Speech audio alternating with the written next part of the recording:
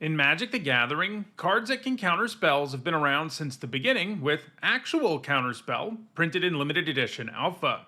Since those earliest days, countering a spell has been a very powerful effect, as it simply allows you to remove a card from the stack and put it into the graveyard without letting it resolve. In other words, counterspells simply allow you to say no.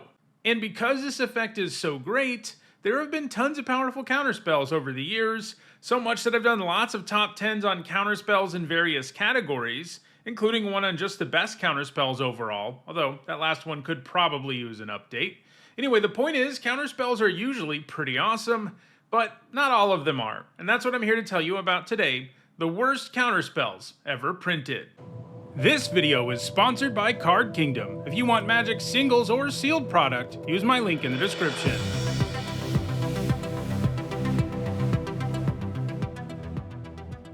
Before we get to the list, here's a brief word on my methodology for this list. While it is of course somewhat subjective anytime we talk about the worst cards in the game, cards for my worst list do have to meet two primary criteria. They have to have never top 8'd anything, and they can't be widely played in EDH. This way, we're evaluating how bad a counterspell is by also making sure it wasn't good in any context, including its original constructed context. For example, Hisoka's Defiance looks pretty awful to us today, but it was actually a legitimate sideboard card in Kamigawa block constructed and put up 2 Pro Tour top 8s because that format had enough spirits and arcane spells for it to have enough targets.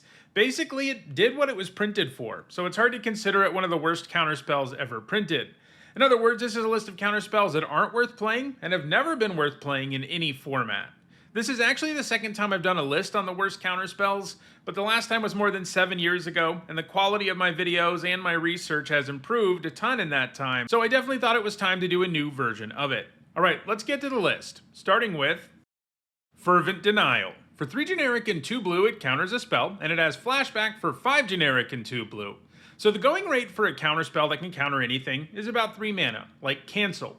And it's not like that card is ever very good, but it is kind of the baseline for counterspells. One of the big downsides about counterspells is that you have to have mana up at the right time to cast them, and the cheaper one is, the easier that becomes. So if one is more expensive than 3 mana, it needs to do something significant to make up for it, and if it's cheaper than that, even if it's kind of restricted, it still tends to be a solid card or better. Fervent Denial is way more expensive at 5 mana, and while I do always love 2-for-1s, having flashback for even more mana doesn't do enough to save this from being one of the worst counterspells ever. Sure, you might get a 2-for-1, but this is so expensive that you'll basically never counter something cheaper, and you're going to be overpaying every time. Plus, having a counterspell that isn't online at all until you have 5 mana is absolutely brutal. By that point, who knows what your opponent has resolved? This is just too slow and clunky to be remotely good, but it is the least bad card on this list, since at least it has 2-for-1 potential, unlike everything else on it. At number 9, it's Mindstatic. For 3 generic and a blue, it counters a spell unless its controller pays 6 generic. So here's another counterspell that is more expensive than the very mediocre Cancel, and in this case, it also has a much weaker text box. That is not a good combination. Sure, 6 generic is a lot, and this will often feel like Cancel, but paying 4 and not countering a spell outright is really, really bad. And make no mistake, your opponent will have mana available to blank this card some of the time, and when that happens, it's going to be very difficult for you to ever come back from it. At number 8, it's Offering to Asha. For 2 generic, a white, and a blue, it counters a spell unless its controller pays 4 generic, and you gain 4 life. I actually really like counterspells that gain me life. It feels pretty good to say no and also raise your life total. It makes you feel very safe. But that's much less the case when you're spending 4 freaking mana, including mana of 2 different colors, and you don't even counter the spell outright. I was just talking about how opponents will be able to pay the 6 on Mindstatic reasonably often. Well, they can pay the 4 mana here even more often. So if you're looking for a counterspell that gains you some life, stick with Absorb. At number 7, I've included 2 cards because they have similar designs, Spellshift and Fold into Aether. Both of them are counterspells that let the person whose spell was countered do something for free. Spellshift is 3 generic and a blue, and it counters an instant or sorcery, and then its controller reveals cards from the top of their library until they reveal an instant or sorcery, and they can play that card for free. Fold into Aether is 2 generic and 2 blue to counter a spell, and that spell's controller puts a creature card from their hand onto the battlefield. So if you think about using these only to stop your opponent from doing stuff, they are horrendous, since you don't really want to give your opponent such a massive leg up when you counter their spell. However, if you think of these cards that are modal that can still counter something in a pinch, which is kind of what they are, they do get a little better. This is because you can choose to counter your own thing, and then you get to reap the rewards of these cards. Now, they still aren't good at doing that, hence their presence on this list. After all, that means you have to cast something and have the 4 mana left over to counter it to get your reward, and that's far from easy to line up. But the fact that these can potentially be abused at all is something you can't really say about any of the other cards on this list, which basically never have situations like that. So yeah, obviously you're overpaying for a counterspell here, and getting outvalued at the same time when you use these on your opponent, but they can be used in some really bad combos too, and for me, that means that they don't deserve to be too much higher on the list. At number 6, it's Hisoka Minamo Sensei. That's right, a creature. Normally, creatures end up lower on a list where the other cards can't really impact the board itself, since they can at least do that, but Hisoka is so freaking inefficient that he may as well not add to the board at all. For 2 generic and 2 blue, he's a 1/3, and you can pay 2 generic and a blue and discard a card to counter a spell if it has the same mana value as the discarded card. Yeah, 4 mana for a 1/3 is terrible, and this activated ability is awful too. Sure, paying 3 mana for a repeatable counterspell sounds good, but Hisoka is way too particular about what he can put a stop to. The card he counters has to have the exact same mana value as the card you discard, unlike other effects where we see mana value or less. And making that lineup consistently is a very real challenge, and it will often mean that he has no activated ability at all. So in many situations, Hisoka ends up being a vanilla 4 mana 1/3 since his counter ability is so dang inaccessible, and that's a horrible card. At number 5, it's Second Guess. This counterspell only costs 1 generic and a blue. It's even easier to cast than Counterspell, but they made it so narrow that the efficiency really doesn't matter. After all, it can only counter the second spell that gets cast in a turn. Sure, sometimes it'll line up so that you are actually countering something you really wanted to counter, and when you can pay 2 for that, that's going to feel good. But it's also very far from guaranteed your opponent will even cast the second spell in the turn, and this will often just be a blank piece of cardboard hanging out in your hand. Basically, it's just way too narrow to reliably do anything, and that makes it one of the worst counterspells ever printed.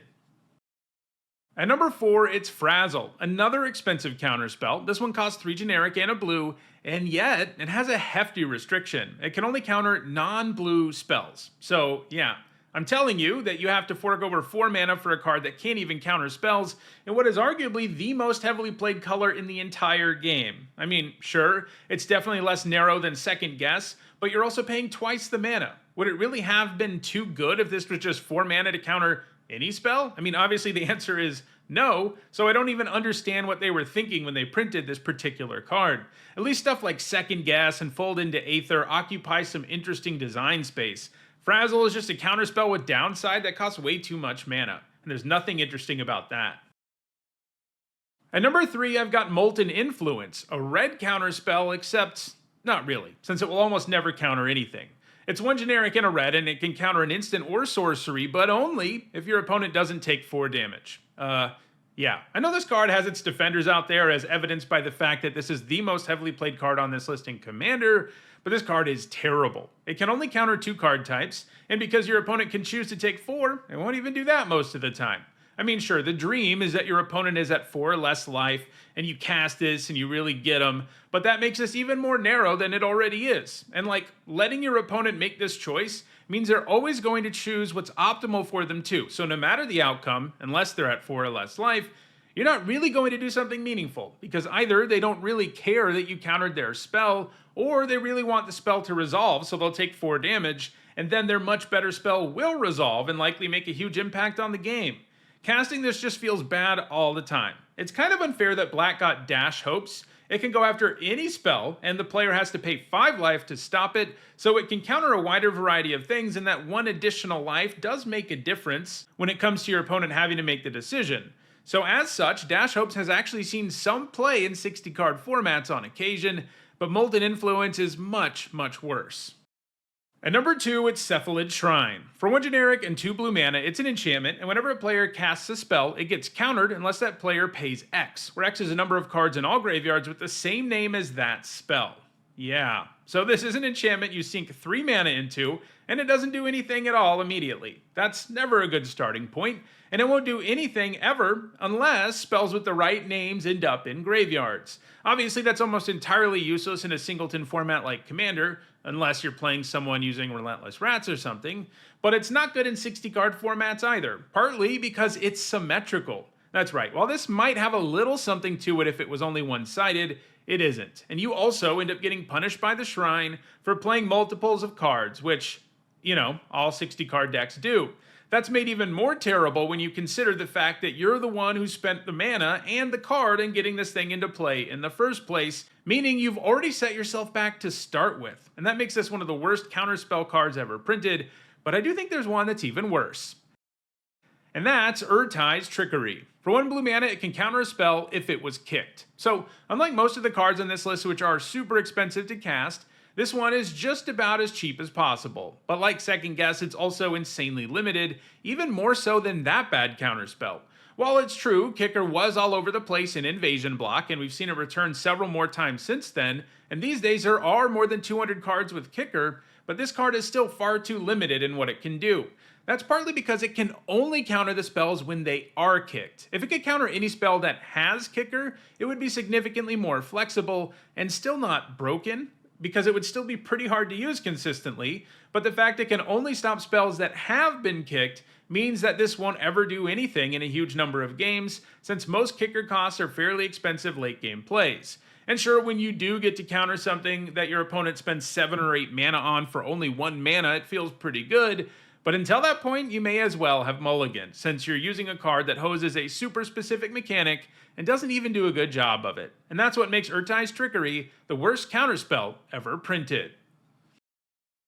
So, those are my picks for the worst counterspells in Magic. If you want to own any of them, because maybe you like overpaying for counterspells or having cards be useless in your hand, check out the description, where you can find a direct Card Kingdom link for each card that appeared in the video. If you want to make sure you catch future videos, don't forget to subscribe and turn on notifications. And if you want to catch up on past videos, including many more that look at the worst cards in the game, you should see a playlist on your screen shortly. Thanks for watching.